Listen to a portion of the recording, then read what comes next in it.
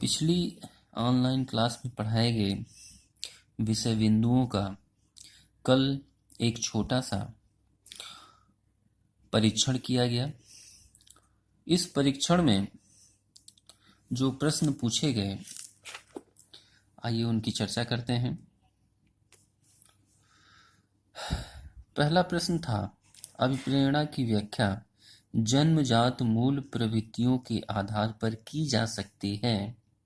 यह परिभाषा किसकी है?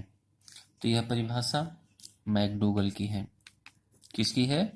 मैकडूगल की। दूसरा प्रश्न पूछा गया था कि निम्न में से कौन जन्मजात प्रेरक नहीं है। तो ऐसे प्रश्नों में थोड़ा सा ध्यान देने की जरूरत होती है कि यहाँ पर पूछा गया है कि जन्मजात प्रेरक नहीं है। ठीक, तो देखिए, भूख जन्मजात होती है, प्यास जन्मजात होती है, नींद जन्मजात होती है, आदत जन्मजात प्रेरक नहीं है। यह अर्जित अभिप्रेरक में आती है।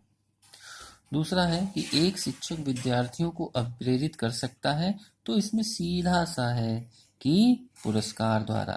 ऐसे बच्चे जो पुरस्कार को प्राप्त करते हैं वे भी अभिप्रेरित होते हैं, और ऐसे बच्चे जो पुरस्कार को प्राप्त नहीं होते वे भी अभिप्रेरित होते हैं। ठीक है, बाकी जो विकल्प हैं कि सही मार्ग दिखलाकर तो आप उनके रास्ते को प्रशस्त कर सकते हैं।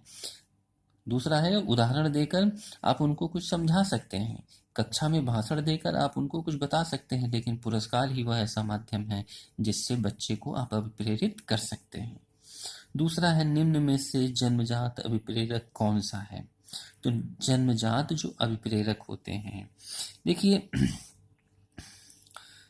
निद्रा जो होती है वो जन्मजात अभिप्रेरक होती है। ठीक है, निद्रा क्या होती है? जन्मजात अभिप्रेरक होती है।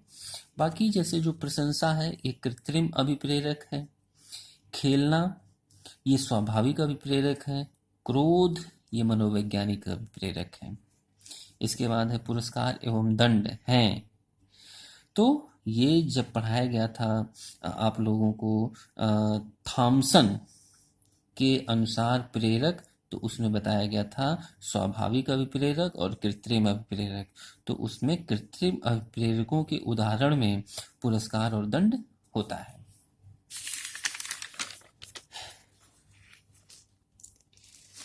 अगला प्रश्न है कि पूर्व में सीखे गए ज्ञान का प्रत्यक्ष उपयोग ही स्मृति है। यह परिभाषा किसकी है? तो यह परिभाषा वुडवर्थ की है। अर्जित अभिप्रेरक होते हैं, तो अर्जित अभिप्रेरक ऐसे अभिप्रेरक जिनको हम प्राप्त करते हैं, तो वह होती है रुचि।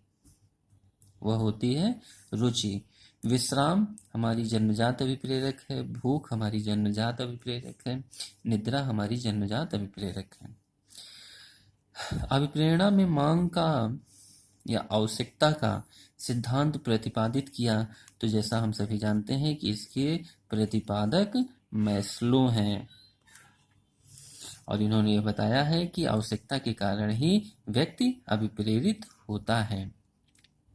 मैकडूगल ने कितने प्रकार की मूल प्रवृत्तियों का अध्ययन किया? तो मैकडूगल ने 14 प्रकार की मूल प्रवृत्तियों का अध्ययन किया, और उन मूल प्रवृत्तियों से संबंधित संवेगों का भी अध्ययन किया है। अभिप्रेरणा का पक्ष नहीं है, तो जब मैंने आप लोगों को पढ़ाया था कि अभिप्रेरणा का पक्ष नहीं है, तो उसमें पहला बताया था आवश्यकता। जब मैंने आपको बताया था अभिप्रेरणा का पक्ष, तो पहला जो पक्ष था उसमें आवश्यकता बताया गया था, दूसरा अंतर्नोद बताया गया था, तीसरा उद्दीपन बताया गया था। बल्कि ये जो जिज्ञासा है ये अभिप्रेरणा का पक्ष नहीं है, तो इसलिए उत्तर क्या सही होगा? जिज्ञासा। प्रेरणा कार्य को आरंभ करने और जारी रखने और नियमित करने की प्रक्रिया है, यह किसने कहा? तो जब प्रेरणा पाठ पढ़ाया गया था तो उसमें आपको बताया गया था कि यह परिभाषा गुड के अनुसार है।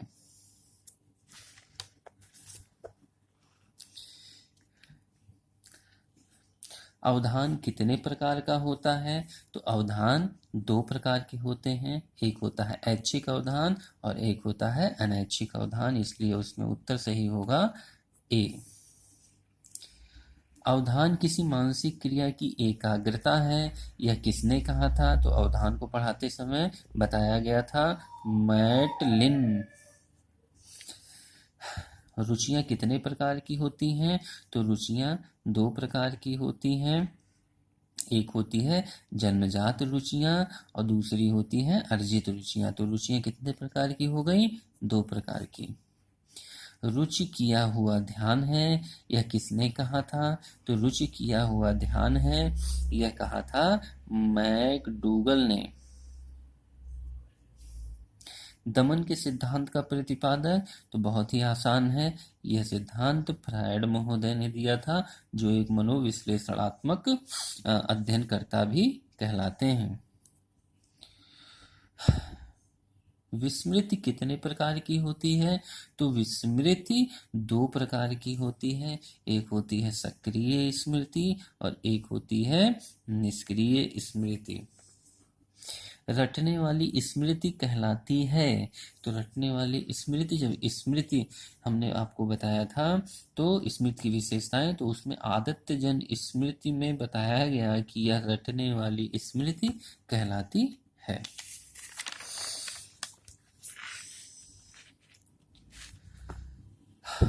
19वां प्रश्न है कि रुचि किसी प्रवृत्ति का क्रियात्मक रूप है।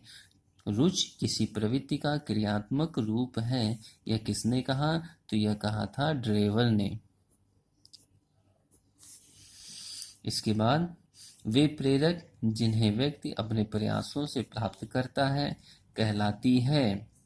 ध्यान से पढ़िएगा कि वे प्रेरक जिन्हें व्यक्ति अपने प्रयासों से, मतलब व्यक्ति अपने प्रयासों से प्राप्त करता है, तो वह प्रेरक कहलाते हैं अर्जित प्रेरक।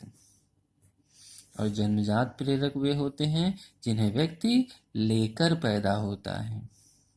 तो ये थी पिछली कक्षाओं के आधार पर पूछे गए प्रश्नों के सही उत्तर। धन्यवाद।